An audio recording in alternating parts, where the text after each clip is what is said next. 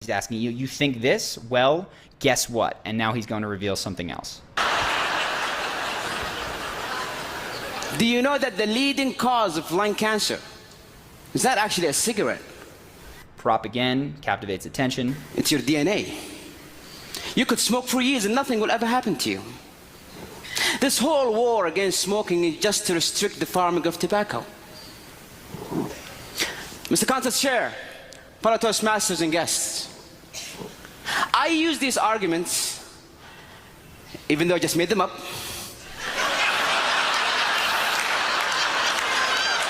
a simple... So you see, this is kind of an abbreviated version of this talk, but right now we're going to go to the body of the talk. So that's how you need to and must. The first part of whatever your presentation you're giving has to captivate attention. You've got humor, you've got provocative questions, you've got props, lots of ways to do that. But the first minute, do not get right into what you're saying. Don't tell them what you're going to talk about. Capture their attention. So here, now we're more in the body of his speech, in the body of his presentation. And one thing that you're going to want to have, no matter how dry the subject that you're talking about, is stories. Because people, the human brain, did not evolve to digest and connect with statistics, right? You can talk about global warming or world hunger and how many millions and billions and hundreds of thousands, but the human brain is not persuaded by that. What is persuasive is individual anecdotes. And even though it's a logical fallacy, if you want to move people emotionally, you need to tell the stories of individuals. And this is what he does right here. Choice of word can make a difference between someone accepting or denying your message. You can have a very beautiful thing to say, but say it in the wrong words and it's gone. So here he makes his point, and now he's about to launch into a story. That's a great way. Bounce back and forth between general point, demonstrating story, or even start with demonstrating story. What's the point? My friend Nasser, he loved his father, idealized his father. He would do anything to make him happy. But his father was the kind of person who's not easy to impress. And year after year, Nasser tried, and his father was like, yeah. First year in college, Nasser got straight A's. And he thought to himself, this is it. This what will finally make my dad proud. He picked up the phone. So notice this. This is very critical. When you are telling stories, again, even in dry environments, you have to realize that when you're in front of a group of people, you are performing. So you need to get out from behind the lectern. You need to move your body, but you also need to embody characters. If you can take people into the present tense of any story, any moment, that is going to be far more powerful than summarizing it.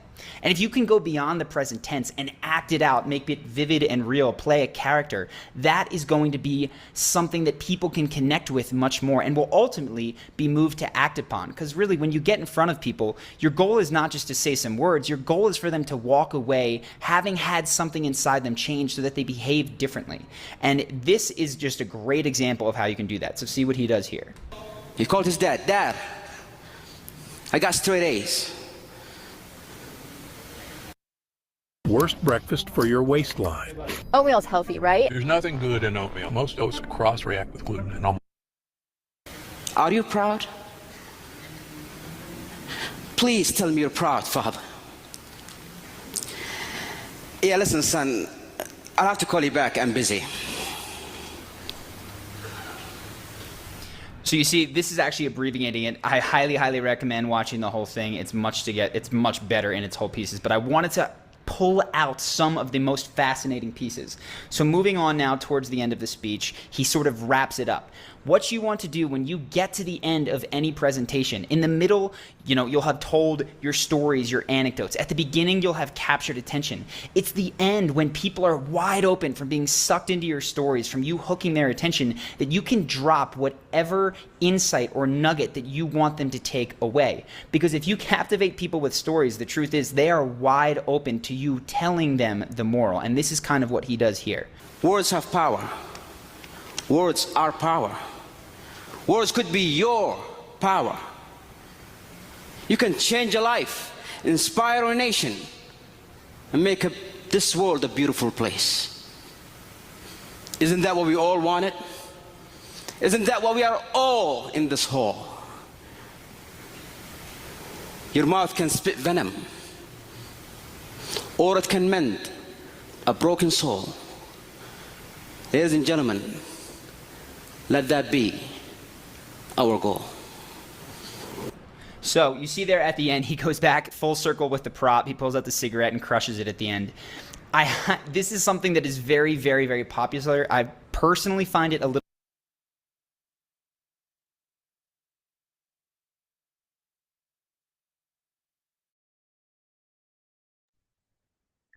All right, that kind of goes back to what we were talking about, is like how to engage and teach your students so they can walk away with more than 60% of what you said, that they are retaining more information, and they're going to retain that more information by listening to your stories, by hands-on, by actually going and doing. But stories are they're so vital. Like I always, have I told you like my introduction to guns? Have you guys heard that? My story I tell it every week. How I got my first time I saw a firearm. Okay, this is my story. All right, in 8th grade. Okay, I grew up in a house that was very anti-gun. No guns. I couldn't even have like a squirt gun, a Nerf gun. Do you remember the guns with like the little trigger, the white trigger that the water like went out like 6 inches and you had to like drip it in the top and had the little plunger? Yeah, Roger knows what I'm talking about. I had one in a shoe in my closet. I thought I was going to burn in hell because we were not allowed to have guns in my house. Why? I have no idea. So my parents were very Republican. They were very traditional, but my father went to Vietnam and came home and had 4 daughters. So there was no guns in the house. He's done with Jesus, so he doesn't know what I do for a living. So in 8th grade, we're talking about like 1995. We're talking about goth era. Who knows what goth is? Like the black eyeliner, like the spiky hair, the long trench coats, the goofy boots up to your knees. I was sitting in math class taking a test, and my head was down on my desk, right? And I'm writing my test, and the kid in front of me, backpack falls open, and out pops a gun on the floor. I've never even seen a handgun before. It was black. Now looking back on it, it was probably like a Glock or something. And I didn't know I panicked. I didn't know what to do. He kind of looks up at me, but I'm taking my test, so we don't make eye contact. And he puts it back in his bag. And a few minutes later, I finish my test. And I get up to go turn it in. And before I turn it in, I write my teacher a note. Tom has gun, I'm out. And I walk out the classroom. And that was it. There was one sentence in the paper that said, anonymous student reports gun at Lehman Middle School.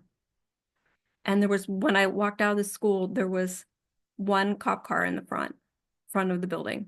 You know, SWAT didn't come. It was very quiet. I never saw Tom again.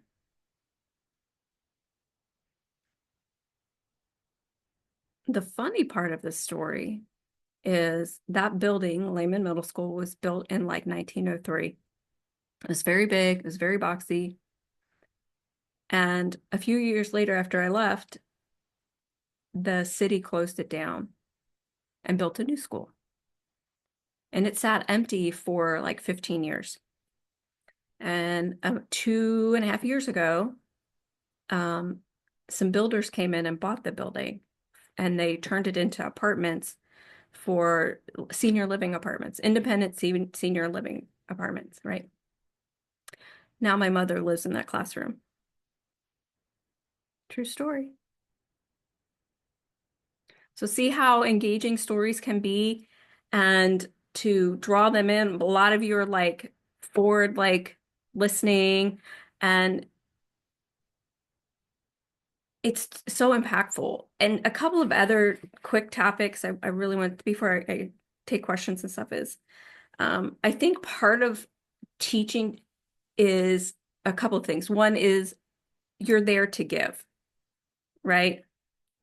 You're there to give yourself away, your information, your time.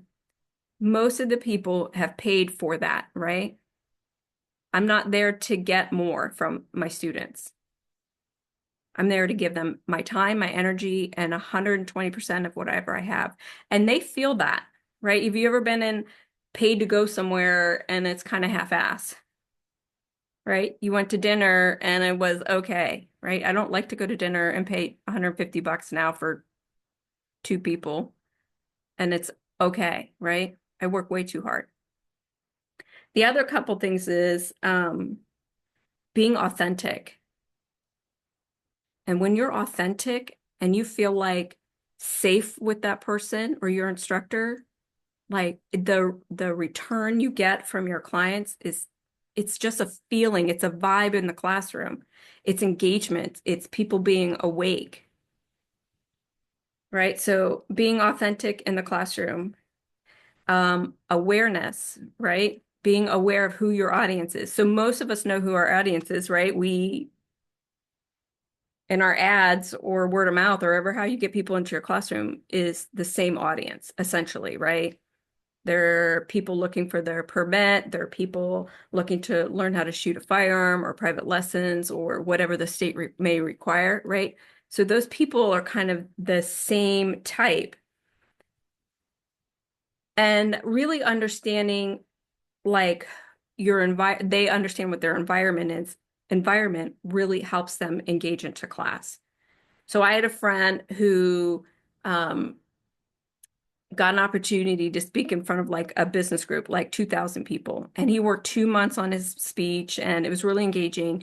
And when he got there to speak that day, there was an open bar. And it was open bar for hours. And like Gen X music is like pumping. People are like not sober. And he has a serious speech and it just didn't fit the vibe, right? And he had to like instantly pivot on stage 5 seconds before he went. He had to throw everything out the window and know who his audience was and how to engage them and how to pump them up slightly intoxicated, right? And he did it. He was such a great speaker. He got a standing O at the end. Everybody's cheering. But knowing what you're walking into is a really big deal. Like when I go to annual meeting, I have no idea what I'm walking into, which I'll try to figure out in the next 2 months. But like, are they just all instructors? Are they NRA members? Are they all old grumpy people like don't really want to hear me? Like, what is the environment that you're walking into? And then you can tailor your stories and your lecture to those things. And the last thing I have for you is the audacity, right? Like you have to walk in your class like you own it. Bold, and because you're gonna get some crazy stuff in there, right? Like I one time at a full class, it's like the height of COVID, and I had these two people in the back in the corner like look mad the whole time. And the wife was like, give me the eye, the stink eye, the mama eye where you give your kid in church, right? Sit down, be quiet. The whole time. And finally, very nicely, it was like, oh, what brings you guys in today? And they're like, well, we don't believe in guns. I'm like, okay, so what brings you in today? Right? Why are you here? They're like, we just want to like understand why you guys like this stuff. I'm like, great. I said, you're gonna leave here super smiley and happy because it's fun. They're like, we doubt it. I said, great. 2 hours later, they walk off the range, giggling, holding their targets, taking selfies. So sometimes the vibe of your student will affect you on the inside emotionally, right? Like they're not engaged, but you got to go bold. You have to have the audacity to do that, to like take ownership of your class. And check your PowerPoint. right? Put videos in it, put things that, and continue to discuss things with your student, even if it's batshit crazy, right? Students come up with, like my uncle's cousin's neighbor's ex-wife's dog shot herself in the foot, right? So you're going to get that. And it is keeping people awake and alive and engaged really makes you a great instructor.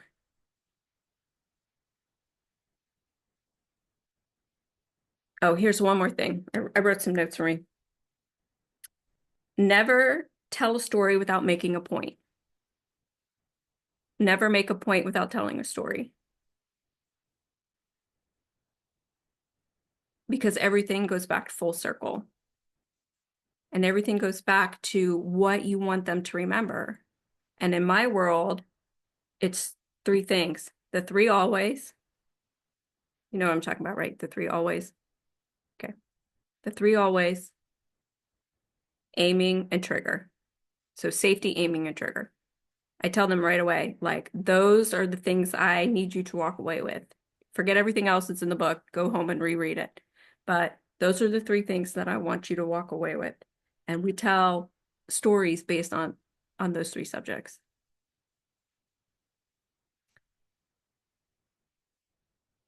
That's all I got. Any questions, comments? Any good stories, quick stories? Oh, here's the other thing. Like, watch your rabbit holes, especially because if you're engaging in with the audience or your students, like you real easily can like fall off a cliff. And watch yourself, because how long is your story? Is it a minute and a half, or are you now like 15 minutes into it? Right? Which then throws your whole timeline off, which then students are annoyed because they know they're not going to get out on time. I've done kind of like role play where I'll have someone sit in class for free, like previous student or something like that, when I'm working on a new program, or I'll record myself trying to do like a presentation to look back at it and like critique myself, like you said, for those stories to like cut them down, because that you could share that, like you said, that story that you told about being a kid, you can tell that to any one of your students and they'll go, "Oh, I remember of you, Lisa." Like if they see you in the grocery store or something. So having someone be able to do that, 5 years from now, and it's still a part of that class is super important. I try to work that in with my neighbor. He's got dogs. I don't have dogs. So we talk about like who is the aggressor if their dogs pooped on our lawn. Hmm. So like every class gets that story. And I always tell him like he's a nice guy. He owns the restaurant down the road. You should go visit it, blah, blah, blah. But like you said, repetitiveness, you can get good at it then. Mhm. Using those same stories and knowing when to cut someone short, that's easier said than done early on, I'll say. Mhm. Sometimes in our class, I'll be like, they were like, "Can I say something?" I was like, "Okay, you got 30 seconds. Go." And that usually works when you set parameters, because then they feel like, "Oh, she heard me," but it's not 5 minutes later. Anybody else? Any other tips for engagement, TPI, your total participation involvement, getting people involved, giving people in your class, getting them to be your models? Here, come hold this for me. Come hold my gun, safe direction. Keep your finger off the trigger. Okay, let's talk about parts, right? It keeps like just calling. And the person who's sleepiest in the back in the corner be like, hey, buddy, come up and hold this for me, right? So what else we got?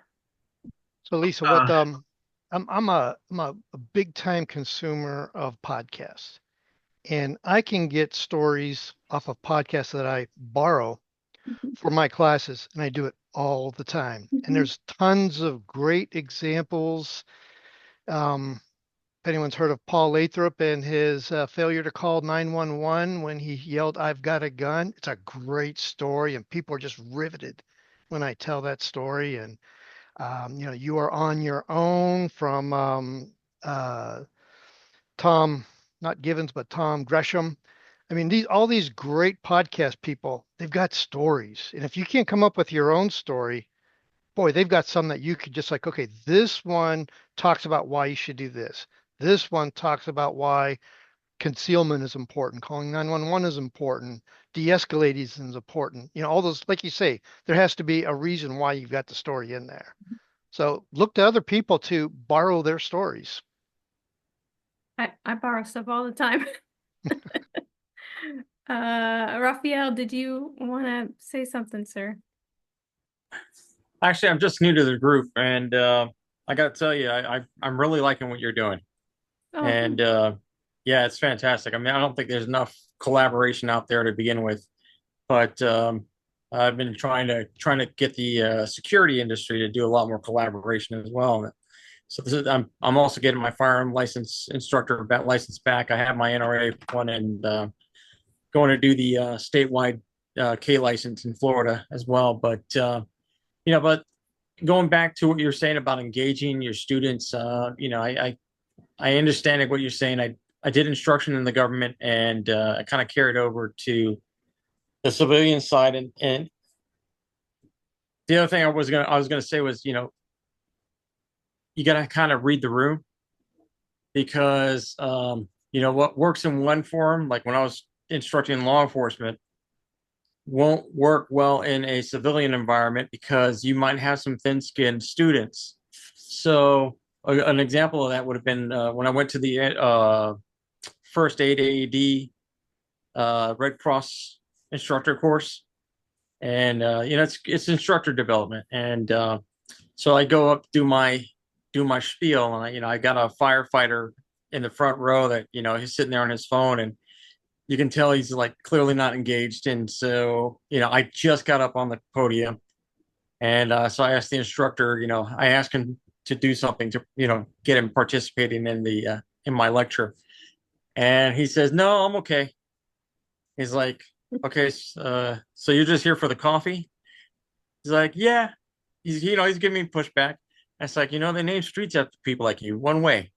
And everybody just stopped. The guy spit out his coffee. The guy stopped with the guy with the phone, just stopped. He's like, "Oh, damn." And it's like, he laughed about it, but he said, he pulled me aside. He said, "You really got to learn how to read the room." And I said, that was my way to break the ice with people that are typical A personalities, that think they know it all, and that think that this is not worth their time.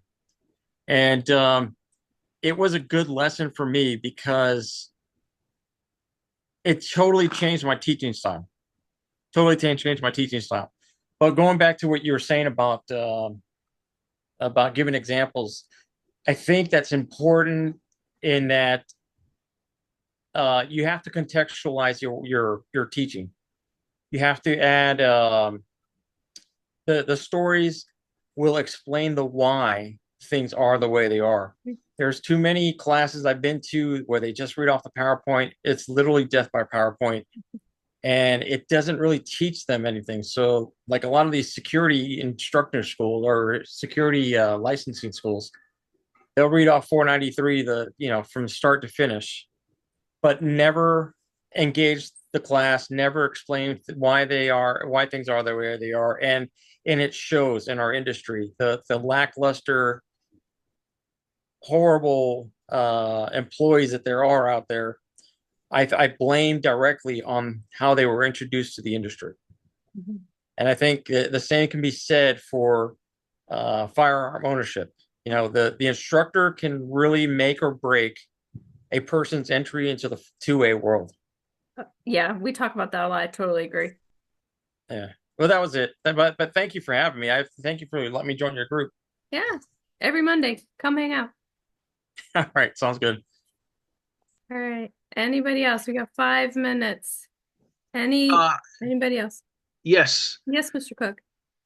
So I would like to say to Raphael, I always think a good one when you're dealing with people that are firemen is ask them if they have a good chili recipe. Right. I want to put a plug in for Toastmasters. I started Toastmasters about 10 years ago. It's a great way to build up your speaking and presenting skills. It's a great way to build confidence in yourself. and it's a great way to learn some leadership skills, and it's paid off. I've been able to speak at some places. I've been able to interview some people, and I'm a big fan of it. So there's a lot of places that do it online. It's all over the place. If you just Google Toastmasters, you'll find somewhere, hopefully local, that you can go to. And a lot of the people there, most of the people there, 93%, maybe more, they're all positive and encouraging. They all want to try to better themselves. And when you get around people that want to better themselves, it's going to better you. So I always tell people I'm a big fan of joining Toastmasters. Mm-hmm. Yeah, I think Toastmasters set me off on the right direction right away. Like I didn't struggle right away like I thought I would have if I wouldn't have thrown myself in the deep end.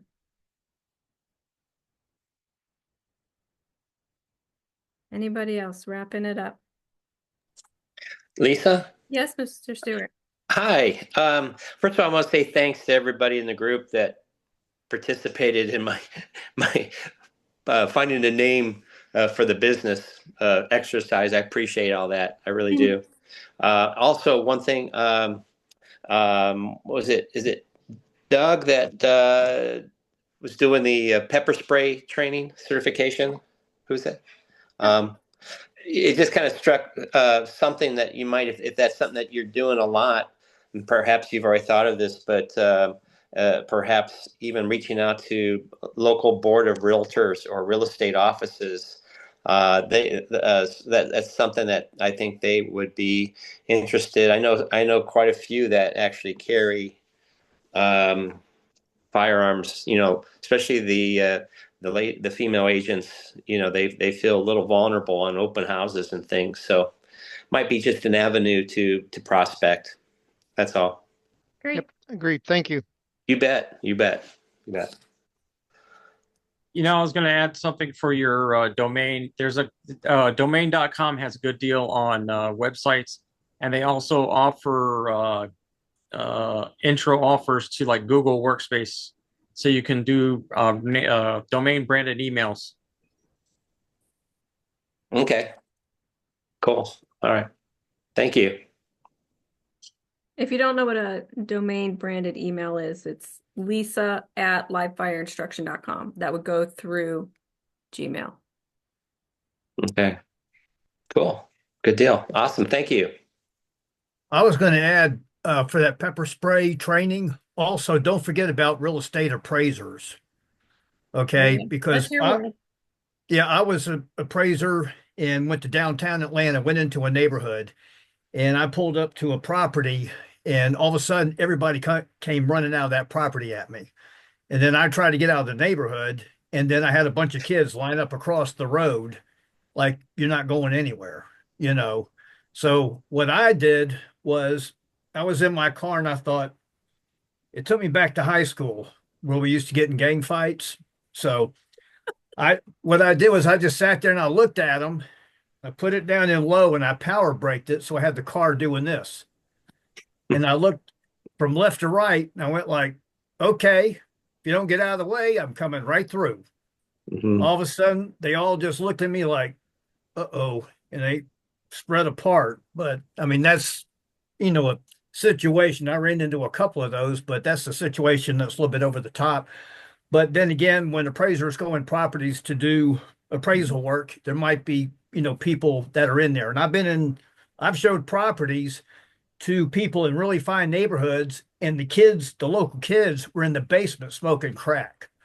So it was a big shock because it was a very ritzy neighborhood, So we go downstairs and, there they are. And I'm like, I got to call the agent, let them know. I walked in, I said, oh, how you doing? I said, your parents didn't tell me you guys were going to be home today.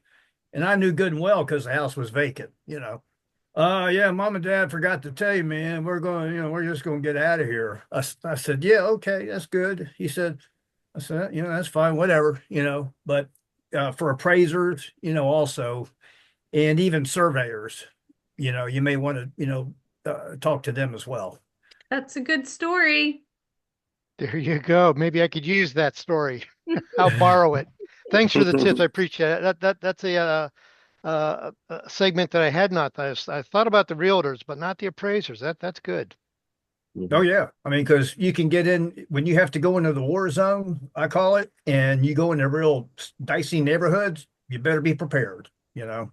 Okay. Better be prepared. All right. Anybody else? We're at 8:31. Anything else? Okay. We will be here next week. You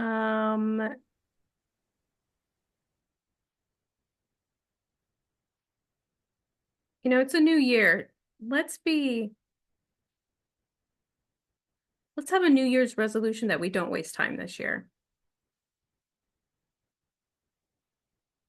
Not necessarily be on, you know, keto or carnivore or go to the gym, or those things are important. But not wasting time is, to me, has seemed like on top of the list lately. And when you're watching TV or doom scrolling or whatever your mental break, do it with somebody, with your spouse, or you have a kid with you, or that time is also engaged. Like my kid loves when I lay in her bed with her and she's like flipping through social media and we laugh and giggle. We're still doom scrolling, but we're not doing it alone. And I also then have a chance to, if she sees something crazy, I have a chance to parent. Okay, no wasting time. Let's get done. I'll see you next week at 7:30. If you're new to our group, there's a couple of things. On our Facebook page, which I'm sure you guys are all in, on our Facebook group, under guides, there's a tab at the top, guides. You can catch up on all our past classes. Everything's on there. It's also on Live Fire Instruction's YouTube page. Just type in Live Fire Instruction. All our classes, all the past classes are on there. And then we also have one online that's free, bullseyebusinessblueprint.com. That's an actual course. bullseyebusinessblueprint.com. If you want to take some business startup classes for the 2A instructor, that is where to start. Okie doke. All right, you guys, everybody has my number, my email address, class@livefireinstruction.com. If you guys need anything, we'll see you next week. All right. Thanks a lot. Thank you so much.